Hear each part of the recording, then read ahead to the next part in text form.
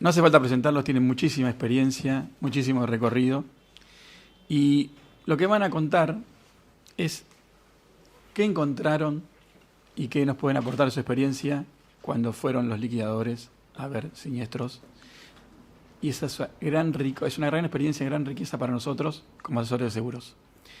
Paradójicamente el destino nos juega con una nueva tormenta y tuvimos serios inconvenientes también, especialmente en la zona sur.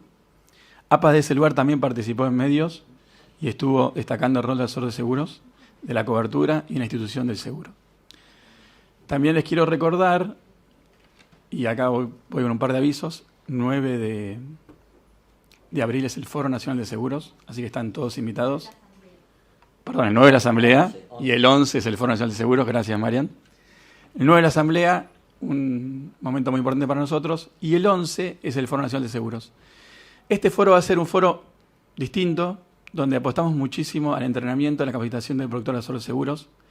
Es un foro dedicado muy especialmente al asesor de seguros y dentro de esa dedicación también muy especial al socio nuestro. Con lo cual, la invitación también es al que no es socio, que se haga socio.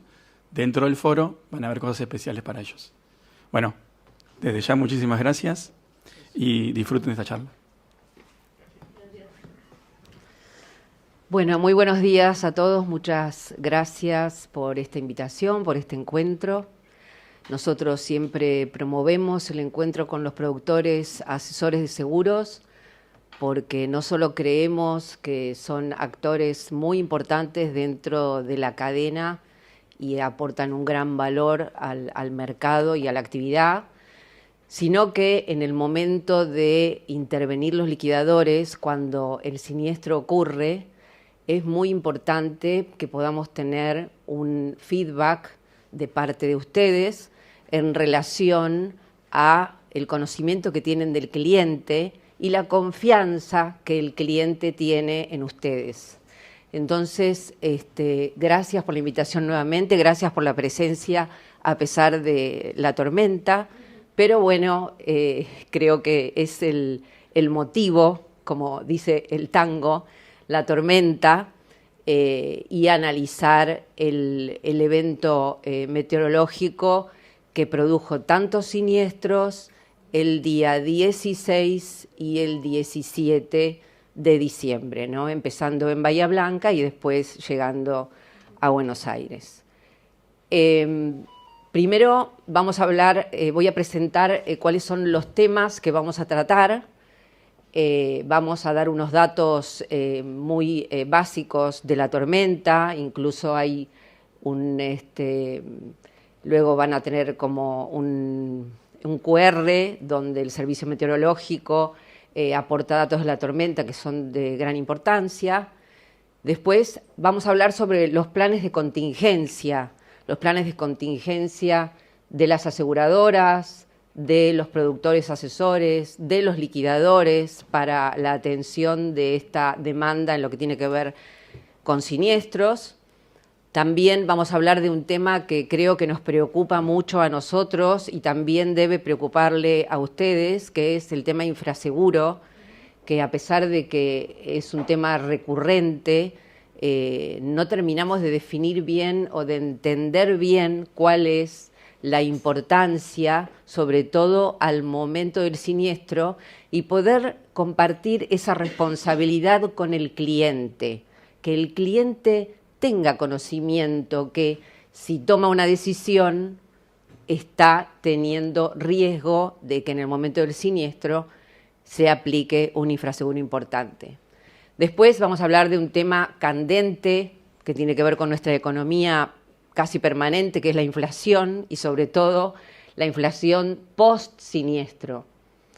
También sobre la cobertura que nos importa, que es la cobertura de HBCT, los distintos tipos de cuestiones que contempla esta cobertura, el tema de que sabemos que todas las pólizas no son iguales, hay bienes que están cubiertos, otros que no, que están excluidos, cuáles son los riesgos que están cubiertos y están excluidos, qué pasa con la remoción de los árboles, cuando caen sobre una propiedad, cuando caen sobre una fábrica, sobre un techo de una industria, y qué pasa con los árboles cuando caen sobre un cerco, cuando caen en la calle, cuando caen sobre un auto. Daños por agua, que también está muy relacionado con el tema de la cobertura de HBCT, porque a veces es una consecuencia. Veamos que cubre, hay diferentes productos en el mercado también. La RC, ¿no? Famosa RC, en el caso de póliza de hogar, se aplica la RC de hechos privados. Y después errores que todos cometemos por una cuestión que tiene que ver con la gran demanda y la necesidad que tiene el cliente y que tiene el productor asesor y que tiene la compañía, porque es un objetivo de dar solución a su asegurado. Así que bueno, presentados los temas, igual paso a Tomás para que él haga su presentación personal y agregue algo y ya arrancamos. Gracias, Vir. Bueno, sí, me presento rápidamente, Tomás Furcade, de LEA y de Advanta. Gracias también por la invitación.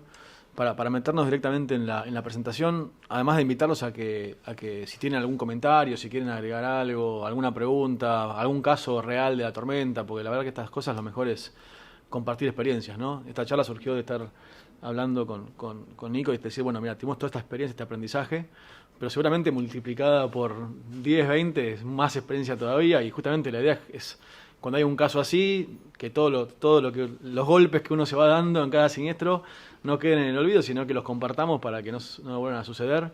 Y nosotros tendremos algunos casos cada uno, pero seguramente hay muchos más, con lo cual que sea un momento de encuentro y de conversación. De la tormenta no queríamos distraer mucho la charla para hablar de temas técnicos de la tormenta, porque no es el objetivo, pero poner un poco de información nada más que como introducción y por si les sirve.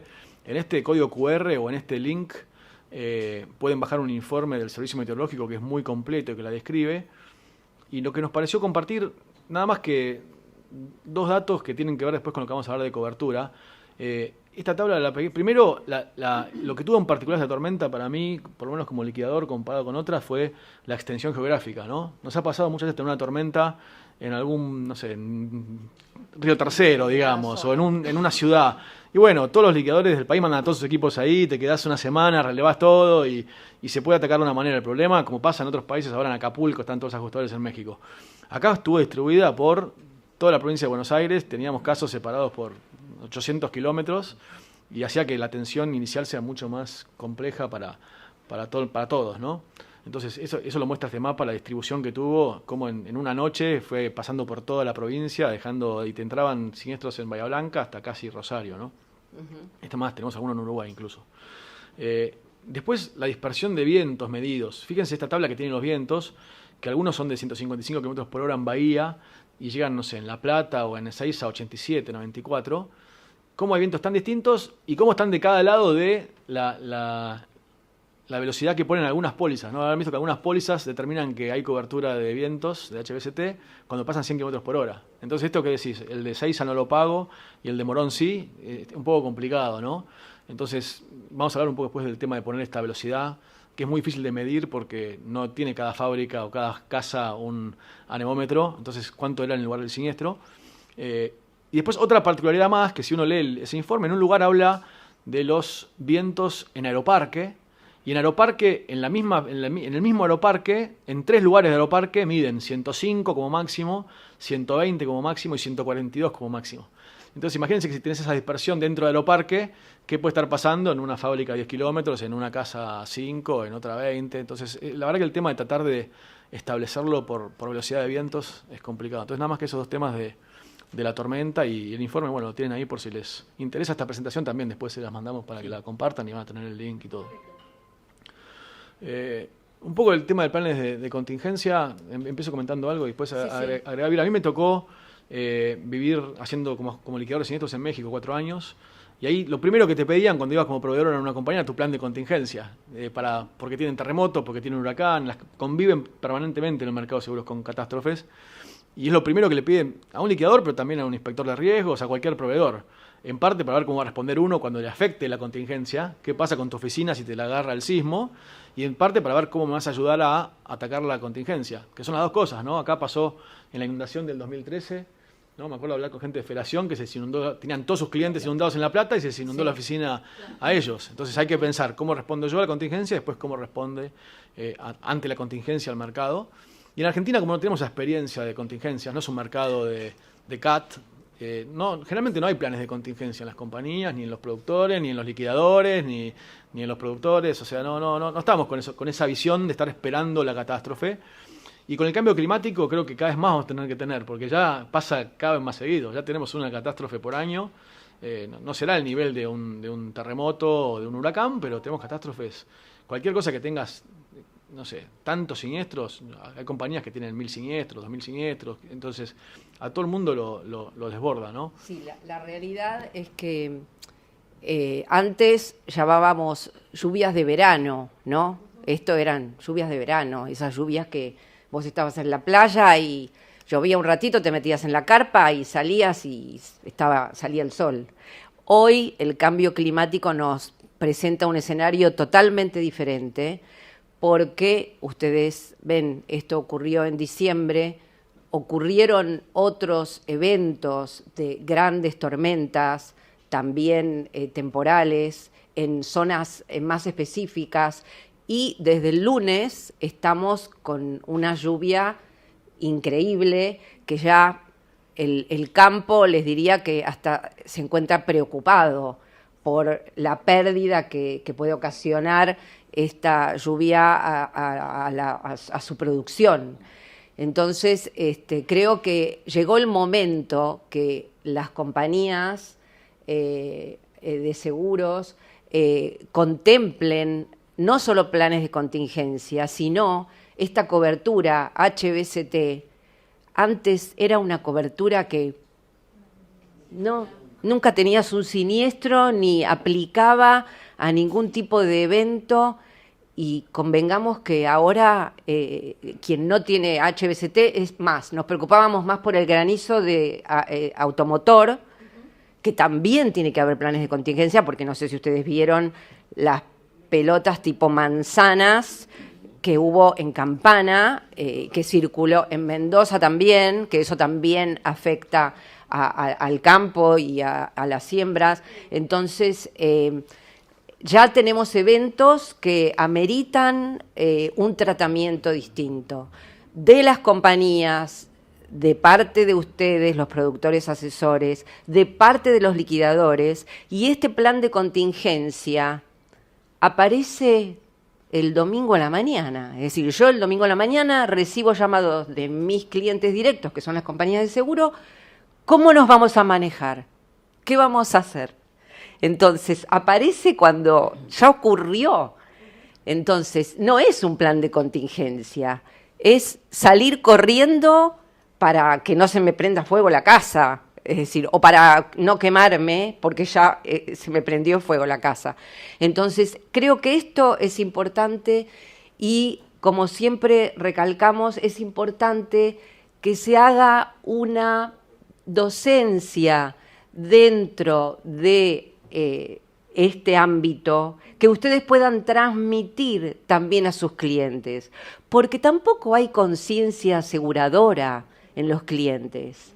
Entonces, creo que es un punto de inflexión este cambio climático y las urgencias con las que tuvimos que salir a afrontar los siniestros. Y un comentario adicional es que cuando ahí ponemos que no es solo un plan de respuesta, es que el plan de respuesta es todo lo que voy a hacer a partir del siniestro, ¿no? Eso, puedo tener ajustadores ya prenominados en cuentas, puedo tener procedimientos de, voy a pedir, las compañías nos empezaron a mandar los días siguientes, no antes, como decía Virginia, sino a partir del domingo. Bueno, voy a hacer esto con los árboles, voy a pedir facturas en el siniestro de más de tanto, menos de tanto. Todo lo que se va a hacer después, lo ideal sería que esté predefinido de antes, ¿no?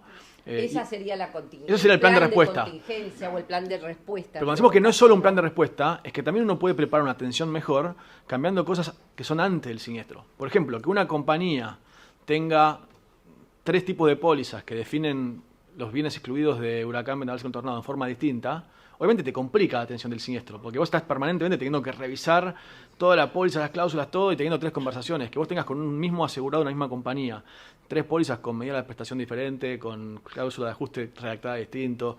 Entonces, y más, multiplicarlo por 50 compañías, obviamente todo el mundo que está trabajando en el siniestro, sea un productor, un liquidador, el que sea, tarda más en responder que si fuese estandarizado. Entonces, por ejemplo, estandarizar los productos dentro de las compañías o a nivel mercado daría una respuesta mucho más rápida. Y no es algo imposible. En México, todas las compañías estandarizaron justamente. Hay una cosa que se llama endoso de fenómenos hidrometeorológicos, lo pueden googlear, lo publica la AMIS, que es la Asociación Mexicana de Instituciones de Seguros, y todo el mercado usa la misma cláusula de daños a la naturaleza. Entonces, cuando tenés un evento de daños a la naturaleza, no tenés que estar leyendo todas las pólizas de nuevo, discutiendo, explicándole que a vos como productor 10 liquidadores de 10 siniestros te expliquen cosas distintas o te cuenten cosas distintas. Todo el mundo sabe exactamente qué cubre, qué no cubre. Y lo que vamos a decir ahora, que no se puede hacer acá en Argentina, que es tratar de manejarlo de memoria, pues son todas distintas las pólizas, se podría hacer, todo el mundo tendría de acuerdo. Entonces, trabajar en estandarizar las pólizas, trabajar en mejorar los productos, en dar mejor cobertura, todo eso después hace que fluya más rápido y que no sea cada siniestro un trabajo artesanal de investigar los problemas que tiene la póliza. Todo lo que vamos a hablar ahora mejoraría la atención del siniestro, ¿no? Entonces, no solamente la respuesta, sino preparar desde antes las pólizas y los contratos y el mercado. Les contamos el caso de un siniestro, nos metemos acá en el tema de infraseguro, que es el que más tiempo le vamos a dar, porque creo que es el que más nos trajo a todos dolor de cabeza. Desde siempre creo que en los siniestros, hace muchos años en los siniestros en Argentina, pero en particular en esta tormenta, lo que más nos está complicando para cerrar siniestros y lo más está provocando quejas y demoras es el tema del infraseguro, ¿no?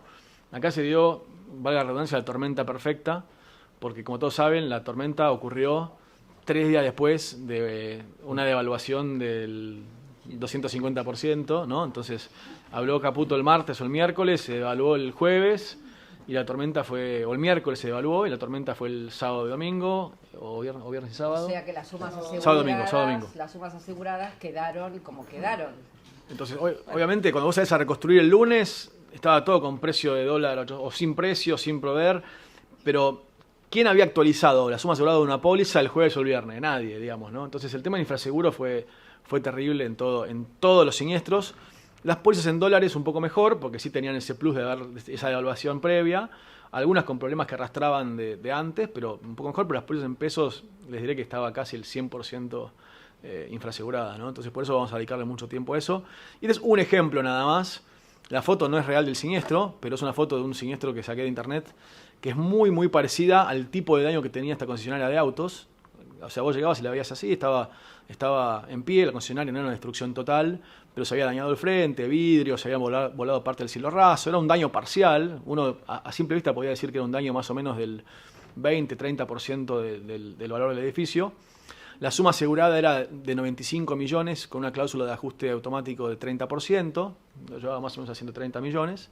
Y el reclamo del cliente llegó por 141 millones de pesos, ¿no? O sea que el reclamo era más alto que la suma asegurada, con un daño del más o menos el 20-30%. No tendría que ser tan alto el reclamo.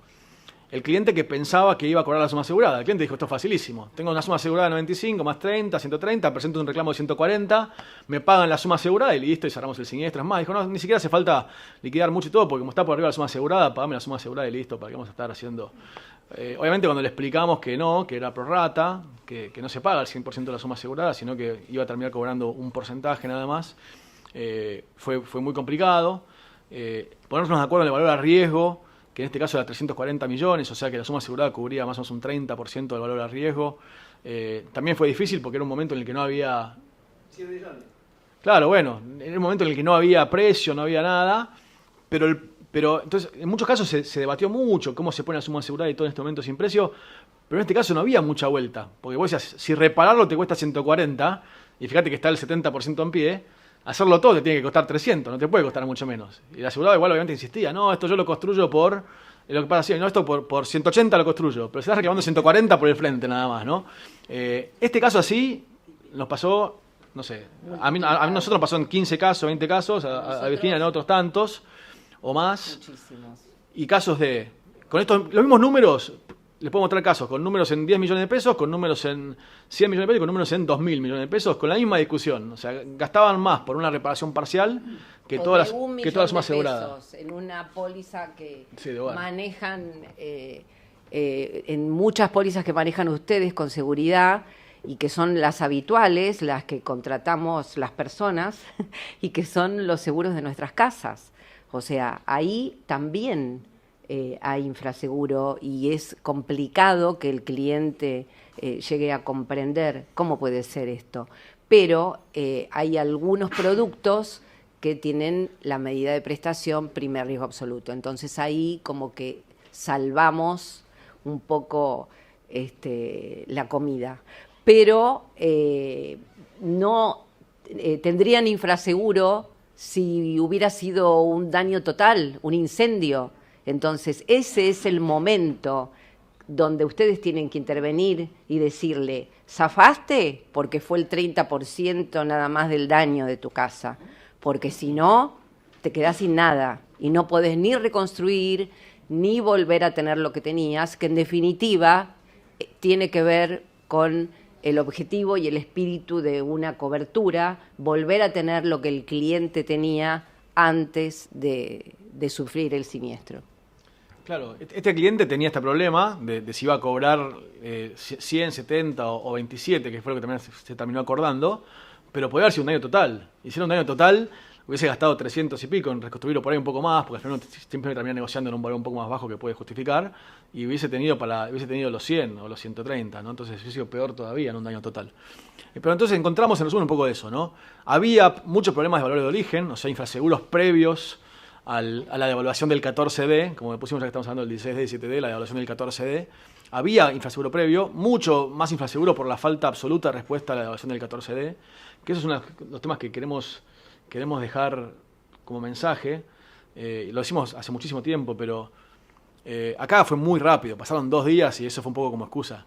Pero no puede ser que haya una devaluación del 300% y nadie salga a actualizar pólizas. Tendría que haber, si alguien dio una devaluación en Argentina del 300%, el día siguiente las compañías de seguros tendrían que estar inundadas de mails, no dirán abasto los servidores para recibir los pedidos de aumento de suma. O sea, automáticamente el día siguiente está todo el mundo infrasegurado, no sé, en un 50%. Y la respuesta del 99% de los casos es, bueno, espero la próxima renovación, espero la próxima vigencia, espero, lo veré.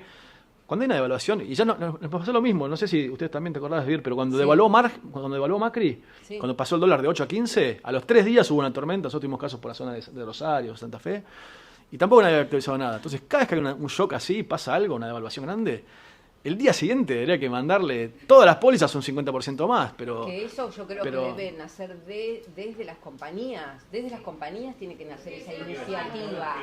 Porque imagínate... El cliente diga, no lo quiero.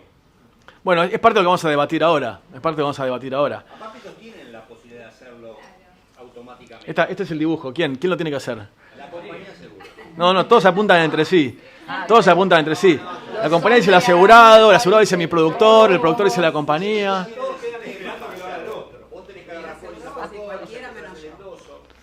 El asegurado dice cualquiera menos yo, pero es el que la ley responsabiliza, ¿no? Entonces, ¿la ley a quién le da responsabilidad? ¿Y quién es el que sufre el perjuicio final con el infraseguro? El asegurado. Entonces, un poco esta presentación, lo que vamos a hablar de infraseguro es... Me salté alguna diapositiva, pero no pasa nada, pues esta es la charla. ¿A quién le perjudica el infraseguro más? ¿Y a ustedes no? Sí, también. Muchísimo. El mercado también. ¿No? ¿Y a la compañía cuánto le perjudica? Al mercado también. Le porque perjudica la muchísimo a gente todos. Termina diciendo, ¿para qué me voy a asegurar? Guardo plata. Es decir, ahorro. Acá, no sé. acá hicimos un pequeño ¿Para resumen qué aseguro? para hablarlo, de en qué perjudica a cada una de las partes el infraseguro, ¿no?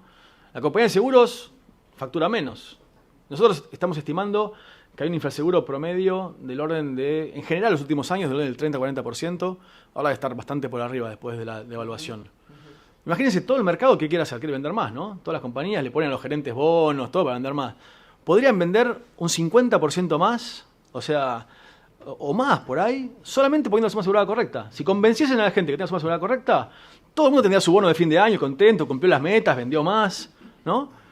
Aparte, esa insuficiencia de primas no es solamente vender más, pierden plata, porque las compañías Supongamos por un momento que la prorrata les compensa todo y aseguran la mitad, pero pagan la mitad de siniestros. La compañía tiene una cantidad de costos fijos enormes que no bajan.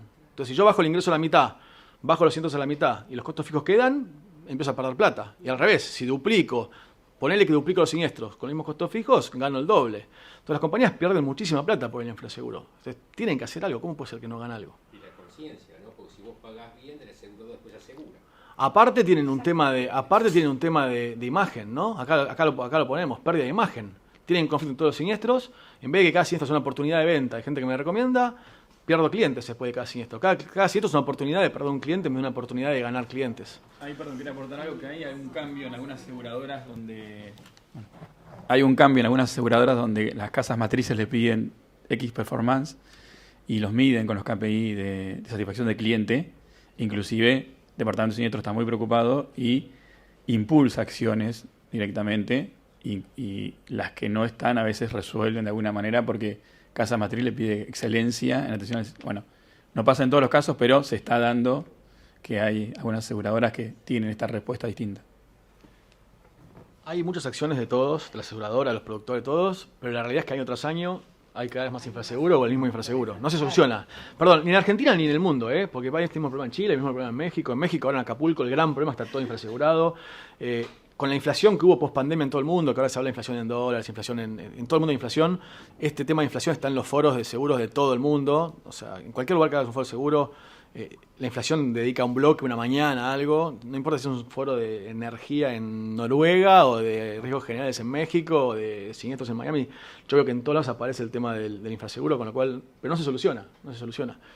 Y después hay un tema que tienen las compañías, es la litigiosidad, ¿no? Cada vez hay más personas que tienen la opinión, o abogados que asesoran a los asegurados, que es culpa de la compañía. El que tendría que haberte asesorado para la suma asegurada correcta es la compañía. Sobre todo con la medida de la prestación pro rata. Totalmente. Y lo que está pasando... Ya hay, sí. perdón, aporte judicial. Ya conocemos un fallo firme, Cámara de Azul, se conoce como el caso de la prorrata, donde el argumento fue que no fue debidamente explicada al asegurado, agravada por el hecho que el productor que fue citado en el Zoom dijo que él no la explicó porque él tampoco la entendía. O sea, creo que era el doctor Lotoki, no un productor, pero él dijo que él tampoco la entendía. Y bueno, esto termina en una condena y aparece cada vez más en los juicios que me toca ver el argumento de la aplicación del artículo 1100 del Código Civil, que es el deber de informar. Entonces, si no está bien resaltada con algún emoji o algo por el estilo, van a ver cada vez más que si la compañía no lo explica, la compañía no lo advierte, también se ha aplicado en el tema de cláusula de cobranza, la condena va a la compañía, pero en ese caso particular, si no hubiese sido solamente citado, sino codemandado, yo no tengo dudas que también el productor hubiese sido condenado solidariamente. Entonces, para las compañías es cada vez más complicado, ¿no? Yo creo que sí se aplica la prorrata y que el asegurado tendría que entenderla y es un acuerdo de partes, pero tienen ese riesgo las compañías. Y lo también vimos en la tormenta, es que las compañías en los últimos años están opinando mucho más de los valores. Hace 10 años uno le decía a la compañía que tenía que mandar cartas sugiriendo aumentos o hacer cosas proactivas en contra del infraseguro y todos te decían, no, yo no hago nada porque justamente no me quiero meter porque después me van a echar la culpa, entonces prefiero no opinar, cada asegurado asegura lo que quiere y si tiene un problema de él. Con el correr de la inflación, las compañías no tuvieron otra que salir a hacer cosas y empiezan a mandar cartas sugiriendo, bueno, aumentar 15% por lo menos, aumentar 35%, y eso si bien ayuda un poco en mover el volumen de primas y todo, al momento del siniestro les juega en contra. Porque dijo, el asegurado le dice, vos ya opinaste, vos me recomendaste esta suma asegurada, vos me opinaste la suma asegurada. Y la compañía dice, no, bueno, yo te opiné eso como mínimo y hace 2 años. Bueno, pero vos me opinaste, después no me dijiste lo contrario, ni me dijiste, no estaba tan claro que era el mínimo, vos me pusiste esa suma. Entonces empiezan a tener muchos más problemas que antes justamente por meterse a opinar. Entonces si empiezan a opinar, tienen que opinar bien, mejor y más claro para no tener el problema. El tema de la suscripción es fundamental y esto ustedes lo tienen clarísimo. Yo siempre digo, ¿no? Mejor decir las cosas claramente y comunicarle al cliente cuál es la verdad en este sentido. Porque no es cuestión de promover o concretar una venta rápida de un producto X y que después se te convierte en un problema para el productor asesor, es un problema para la compañía, para la imagen de la compañía, para la fidelización de ese cliente, ni hablar para el liquidador, que somos los que recibimos todos los palos, así, sin anestesia, porque somos los que tenemos que dar la mala noticia, porque muchas veces los productores, a veces por falta de conocimiento y otras veces porque no se sienten preparados como para afrontar ese momento de decirle, tenés infraseguro y vas a cobrar 10.000 pesos cuando tenías que cobrar 300.000, no, decíselo vos. Ok, nosotros le explicamos técnicamente, realizamos esa explicación y se lo comunicamos, pero igual nos llenan la cara de dedos. Sí, es decir, no es simpático esto. Entonces, esto es importante y creo que esto que vos decís de la conciencia, ¿no? La conciencia no solo del cliente, sino del productor asesor. Digan la verdad, digan. Así como ustedes eligen una compañía porque creen que es sólida, porque creen que va a cumplir con su cliente al momento de indemnizar, díganle, quiero que compartamos esta responsabilidad porque vos no querés pagar más, porque no podés, porque tu presupuesto no te da, por la causa que sea. Pero llegado el momento, pongamos el escenario de un siniestro y este va a ser el resultado. Entonces, ¿estás de acuerdo con esto? Está bien, por ahí uno te dice, no, qué mala onda, mira, para venderme, es decir, marketing -1, pero es la realidad. Sí, yo tengo un amigo que tiene un galpón de logística acá por San Miguel, por ahí en el Don Torcuato, y justo en julio del año pasado me había mandado la póliza para que la mire, y yo la miré y tenía, no sé, 80% de infraseguro, la suma asegurada no le daba para nada. Entonces le dije, mira, te recomiendo subirla tanto, y también le aconsejé que la pase a dólares la póliza, que ahora hablamos un poco de eso. La pasó a dólares, y me llamó 4 o 5 días después de la tormenta, cuando nosotros ya estábamos viendo todos los siniestros, viendo todo el problema de infraseguro, todo, digo, chao, me llamó, habrá tenido un siniestro, lo primero que pensé, porque era un galpón. Me llama y dice, che, Tommy, te llamo, ¿tuviste el siniestro? No tuvimos siniestro, por suerte, quiero bajar la póliza. ¿Por qué querés bajar la póliza? Y el dólar se fue de 300 a 800, ahora me sobra suma asegurada, se viene un año difícil, recesión, tengo que achicar costos, voy a bajar la póliza, ¿te parece bien? Si ahora me sobra suma asegurada. Y tardé media hora en convencerlo que no la baje. Le digo, mira, te va a sobrar suma asegurada. Te va a sobrar suma asegurada por un mes y medio, hasta que el dólar alcance. Hoy por ahí te sobra un poco suma asegurada, pero muy rápido va a alcanzar. Y estoy tapado de gente que está llorando porque tiene siniestros, que perdió todo y que tiene el 20, el 30%. Por suerte no te agarró el galpón. Mirá si te agarró el galpón con la póliza que tienes hace 6 meses. Estarías muriéndote. Bueno, lo que vos dijiste aumentó el doble, con una devaluación que se fue al triple, digamos, ¿no? Con lo cual es como que está acompañando, pero no llegó todavía a acompañar todo, que también es razonable, porque había cosas que ya estaban a dólar paralelo, entonces cuando el dólar oficial se va al triple, algunas cosas aumentan, pero otras, al contrario, se quedaron con el dólar paralelo que empezó a bajar. Entonces ahí va a haber una tendencia que las cosas, en dólar, si vos tenías, en dólares oficiales, bajó muchísimo, en un momento cuando se multiplica por 3 el dólar, todo pasa a valer la tercera parte en dólares hasta que aumenta, y después empieza a subir de nuevo hasta los niveles que estaba antes. Hay que seguirlo muy de cerca, ¿no? Ahora en pesos está todos corriendo esta inflación, pero es lo que hablamos el día a día en los noticieros de todo, ¿no? Cuando te dicen, no, ahora los supermercados van a empezar a bajar la Coca-Cola, hasta que todo se acomode y el punto de equilibrio puede pasar para distintos lugares. Por ahora está subiendo en pesos, en dólar oficial bajó, pero va a volver más o menos al nivel que estaba antes, un poco más abajo si se queda el dólar blue y el paralelo abajo, porque había cosas que estaban a ese valor. Y posiblemente en dólares oficiales encuentre un punto de equilibrio un poco más bajo de lo que estaba antes, porque antes el dólar oficial era mentira, era un dólar oficial que no se conseguía, entonces estaba todo carísimo en dólares oficiales. Pero el gran problema de esta tormenta de diciembre que fue eso, que estaba todo un dólar oficial mentiroso, todo te ponían el triple en dólares oficiales para cobrar los dólares no oficiales que querían, pero cuando se fue la devaluación, subieron todo como si hubiese tenido que subir. Ese fue el problema que tenemos en los siniestros estos. Tenemos muchas cosas tasadas en dólar oficial a valores récord. Por eso, porque alguien decía, y yo acá quiero más o menos 1.000 pesos por dólar, que es el blue. Entonces, como está el dólar 300, te pongo 3 dólares. Cuando el dólar se fue de 300 a 800, mantuvieron el precio en dólares y lo multiplicaron por 3 en pesos. Entonces, los costos de reparación de esa semana son una locura y tenemos infraseguros que son una locura que tenemos también por eso, porque están todo en dólares oficiales altísimo no queda otra que ir siguiéndolo y que ir viendo cómo se acomoda, ¿no? También predecir ahora cómo va a estar en 3, en 5, en 6 meses, pero sí hay que tratar de ajustar las sumas lo más posible y saber eso, que si uno tiene una suma alta 1 o 2 meses, va a estar bien en 2 meses, entonces vale la pena pagar un poquito de más para no tener que estar cambiándola una vez por semana. Sí, nos vamos metiendo en temas que vamos a ver ahora, pero la cláusula de ajuste, en este caso, tenemos muchos casos donde no alcanzaron. Primero porque si tienes una evaluación del 200%, una cláusula de ajuste, por más que sea 30, 50, lo que sea, no alcanza. Y segundo, porque si vos tenías la póliza, tengo un caso de una póliza emitida en julio, con cláusula de ajuste automático del 50%. Esa cláusula había servido bastante bien para absorber gran parte de la inflación que había habido de julio a diciembre. Ahí más o menos había acompañado. Ahora, vos después tenés sobre eso, que ya te consumiste toda la cláusula de ajuste, la devaluación grande. Por eso digo que, por más que vos tengas cláusula de ajuste, lo que tengas, el jueves a la mañana tendría que haber habido infinitos pedidos de aumento de suma, porque estaba todo mal, obviamente.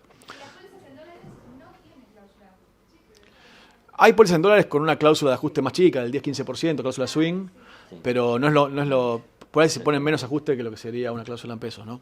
Avanzamos porque si no Fer me va a retar. No sé cómo venimos con el tiempo. Pero bueno, acá la idea era mostrarles que todos les genera problemas el infraseguro. Entonces, la compañía pierde plata, los productores pierden plata, podrían todos estar facturando el doble si con la suma asegurada